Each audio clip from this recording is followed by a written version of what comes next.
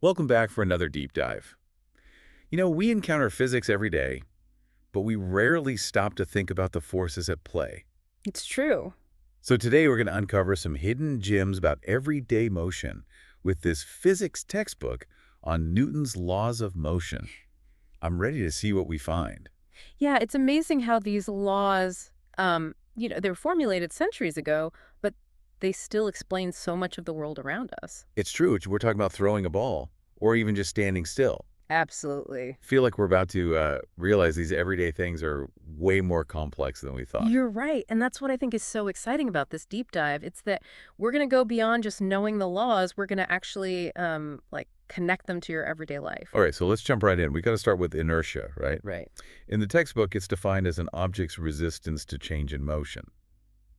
But I don't know, it feels like something more than just a definition. Yeah, you're right. It is. Inertia is something you feel. Like, think about that jolt you experience when a bus suddenly brakes. Oh, yeah. That's your body's inertia. It wants to keep moving forward, even though the bus has stopped. Or even like we all instinctively brace ourselves when we know a sudden stop is coming. Exactly. It's like our body knows it has a mind of its own. Exactly. That's inertia at play, and that brings us perfectly to Newton's first law of motion, Okay. which is often called the law of inertia. It states that an object at rest will stay at rest, and an object in motion will stay in motion at the same speed and in the same direction unless it's acted upon by an unbalanced force. So if there were absolutely no forces acting on it, like a hockey puck would just glide across the ice forever. Theoretically, yes. Oh, But in reality, there's always some friction and air resistance and other things. right. So the puck eventually, slows down and comes to a stop. Right. But the principle of inertia helps us understand why it moves the way it does. It's like when you're on a swing and you stop pumping your legs, Right. you slowly come to a halt. Because of those resisting forces. Right. Physics on the playground, I like it. But what about objects at rest? Yeah. How does the first law apply to them?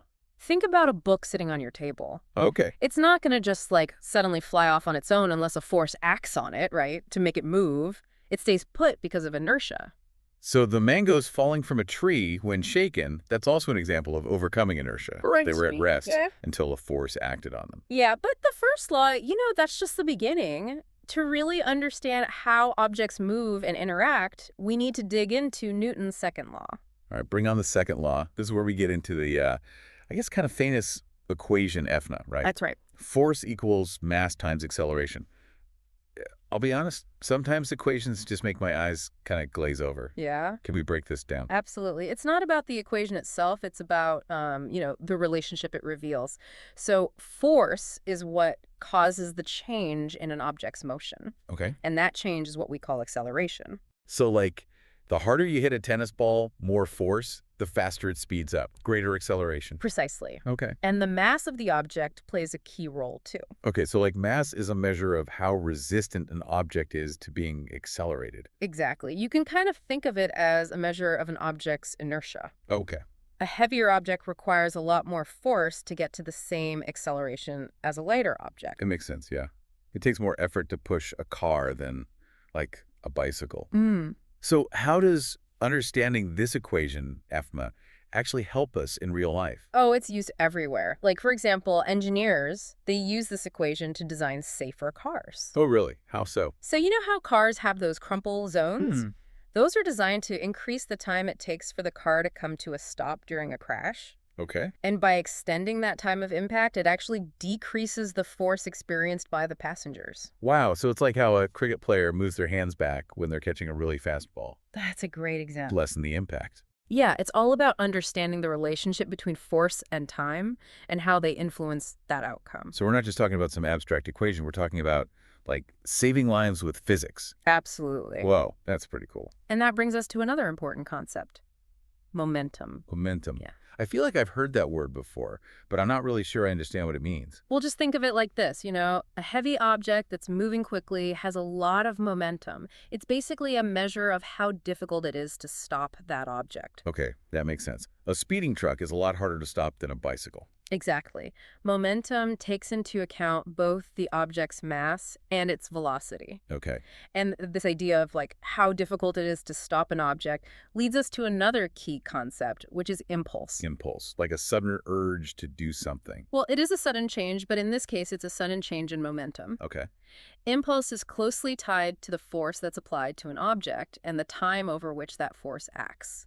So a large force acting over a short time, that creates a large impulse, Exactly. and that leads to a big change in momentum. Right, like hitting a golf ball with a club. Okay, yeah. You're exerting a really large force on that ball for a really brief moment, and that sends it flying with a lot of momentum. Wow. But we've also seen how extending the time of impact can reduce the force that's experienced. Right, like with the cricket player and the crumple zones. Are there any other examples of that? Definitely. Think about like jumping from a height, Oh, bending your knees when you land, that increases the time of impact and it reduces the force on your joints. oh, really? It's the same principle at play. I'll try to remember that next time. Yeah. It's pretty fascinating how something that sounds complex can be so practical. Okay, so we've talked about inertia, forces, momentum, and impulse. What's next? Now we're going to delve into a concept that governs a vast range of interactions. It's called the principle of conservation of linear momentum. Conservation of momentum. That sounds pretty serious. What is that? So the textbook describes it as, in a closed system, the total momentum before an event is equal to the total momentum after the event. Okay, so momentum doesn't just go away. It's conserved. Exactly. The total momentum of a system remains constant unless there's an external force that's acting on it. Okay. Can you give me an example? Sure. Imagine two billiard balls colliding on a pool table. Okay. The total momentum of those balls before they hit each other is going to be equal to their total momentum after they collide. So even though their direction and their speed might change after they hit each other, the total momentum stays the same. You got it. The momentum is basically redistributed between the balls, but the total amount stays the same. That's amazing, like a cosmic accounting system for momentum. It is a bit like that. And, this principle helps us analyze collisions, explosions, even the motion of rockets. Rockets. I wouldn't have thought momentum has anything to do with rocket science. Oh, it's essential. As a rocket expels hot gases backward, those gases gain momentum in one direction. Okay. And because momentum is conserved, the rocket gains an equal amount of momentum in the opposite direction. Oh, so it's like the rocket is pushing off the gases to propel itself forward. Exactly. It's a beautiful illustration of how that principle works. I'm starting to see how this is all kind of tied together, from inertia to forces, momentum, and now this conservation principle. It's like a chain reaction of physics concepts. And we're not done yet. We still have to explore the intriguing difference between apparent weight and true weight. Apparent weight. So there's more than one type of weight. This is where it gets really mind-bending, right? It can be a bit counterintuitive, Yep. but it helps us understand how forces work. Think about this. Have you ever felt heavier or lighter depending on whether an elevator was accelerating up or down? Oh, yeah. Like that feeling in your stomach when it starts going down really fast. It's like you're weightless for a second. That's a perfect example of how your apparent weight can be different from your true weight. Okay, I'm intrigued. Let's get into this. Okay, so let's tackle this whole apparent weight thing. All right. I'm ready. So the textbook says that true weight is the force of gravity acting on an object. Okay. Basically, it's our mass multiplied by the acceleration due to gravity, that 9.8 meters per second scared we always hear about. So true weight is like our baseline weight, Yeah. how strongly the earth is pulling us down. Exactly. It stays the same, right? Right. But apparent weight, that's where things get a little more complex. Okay. It's the force that a scale would read.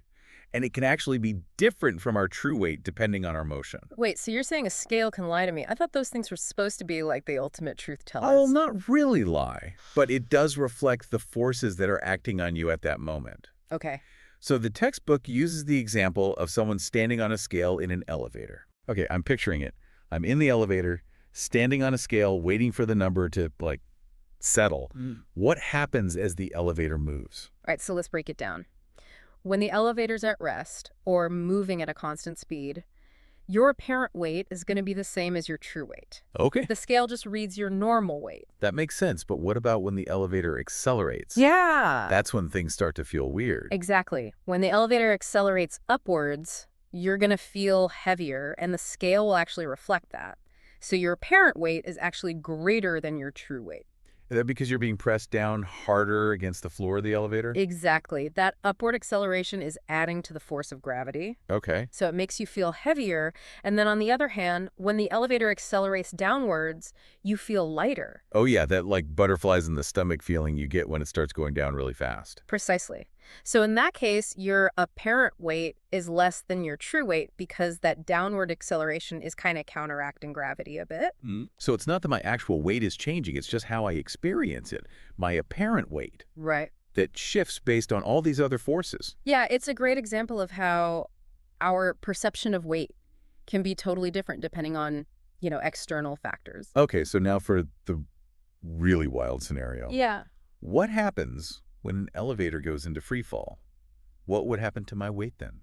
Well, in free fall, you and the elevator are both accelerating downwards at the same rate as gravity, so 9.8 meters per second squared. Okay. In that scenario, a scale would actually read 0. Whoa. So you would experience weightlessness. But I wouldn't actually weigh nothing, would I? Right. It's just that I'm falling at the same rate as the scale, so it can't really, register any force from me. Precisely. It really shows how apparent weight can be so different from true weight depending on the forces that are at work. This whole deep dive has been so insightful.